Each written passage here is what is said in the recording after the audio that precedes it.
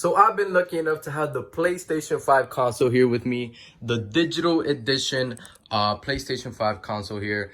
And I think it's appropriate time to do a review on this. I was going to do an unboxing slash review when I got the PS5 here, but I didn't really think that would make that much sense. You know what I'm saying? Doing a review when I barely just had it. I feel like a review is when you had the product for a couple days now, at least a little bit, a week or two, and I've had this for a little while now, so I feel like it's an appropriate time to do a review. You know what I'm saying? Now, the PlayStation 5 digital edition, the only difference from the $500 version than the $400 version is that it doesn't have a disc drive, and that's literally all is it. It doesn't take physical games in, so if I try to play God of War here with the disc, it's not gonna let me because it doesn't have a physical disc drive. That's the only difference that it has then from the $500 edition.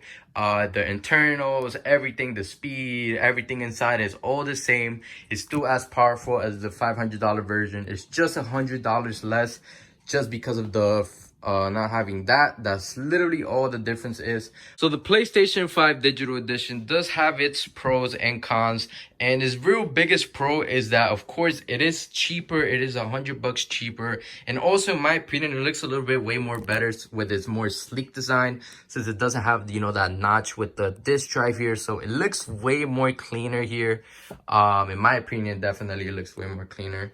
Looks way better vertically up also, but its cons is well, it depends on the cons. It depends what kind of situation you are. So if you're a gamer that always are used to buying the physical game of the game, right, going out and buying the disc, then you should probably not go with the digital edition at all, because you might not like it.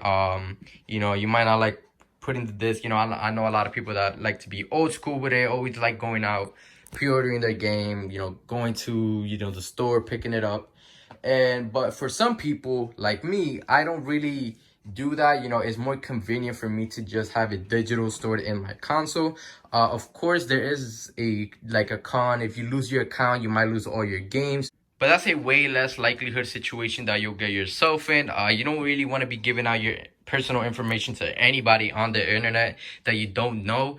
Y'all know how the internet be nowadays, bro. So that's a less likelihood situation that you get yourself in. And even then, if you do, if you contact PlayStation, they'll most likely do something about it. But yeah, that's just another thing that you have to know about going digital.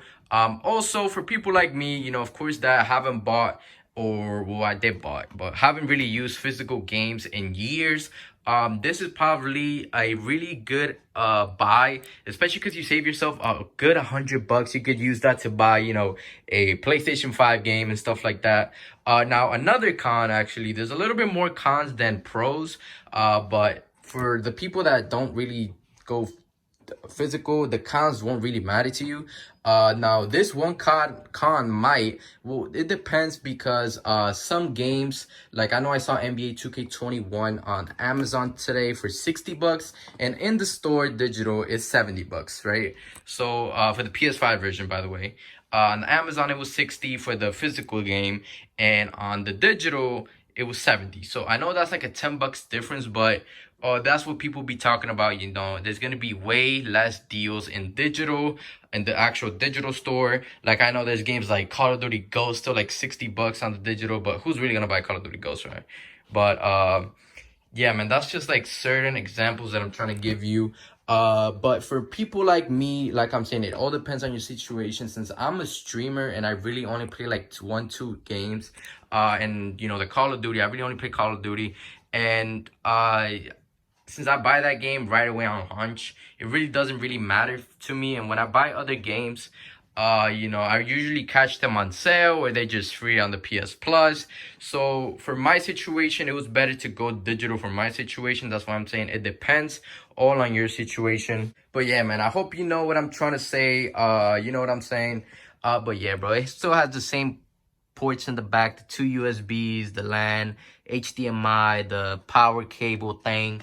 And yeah, bro, that's really all much it for how the console looks. Oh yeah, the bottom. So this right here is how the PS5 looks when you put it vertically. For people that have, that have it on, certain TV places, you might have to put it vertically or horizontal, like I had it here, because I have room here to put it horizontal. For people that don't, this is how it looked like going vertical. This thing, you're actually gonna have to switch to right over here, so it has space. You absolutely need to put this because it helps out, make the console breathe a little bit better. It has the little screw right here and the little bop. You just boom and screw it up and stuff like that. But yeah, man, I think that's really all it for the pros and cons for the digital edition. Now let's turn this bad boy up.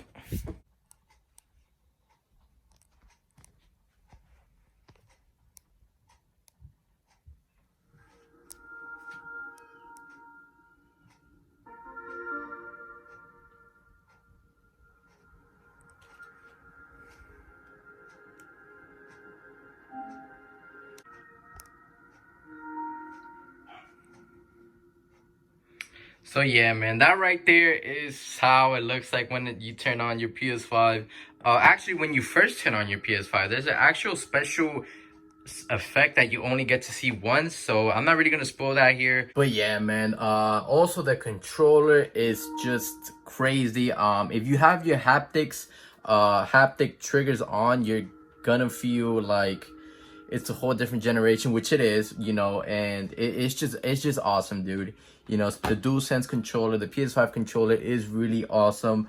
It's probably one of the bigger difference of these generations. I know graphic wise, it's not like a super huge difference. You are gonna get better graphics on PS4 games, also like Modern Warfare here. When I play Warzone, you get like a high resolution pack, so you get better. You can see more things in the game. You get standard, always 60 FPS. I know on the console it says 120 FPS, which it will be able to do 120 FPS eventually. But right now, since the console just launched like 2 weeks ago, give it some time and we'll get 120 FPS. But yeah, bro, absolutely love the PS5 console. Especially just everything. The UI is super duper clean, super duper fast. Everything's just so clean. The console's super duper quiet for now. I'll wait like a good year or two before it starts, blowing like a jet engine like the PS4. But yeah, bro, that's really all it for this video, I think. If you have any questions, ask me them in the comment section down below. Anything, bro. Yeah, I think that's really all it for this video. I don't really have nothing else much to show you guys.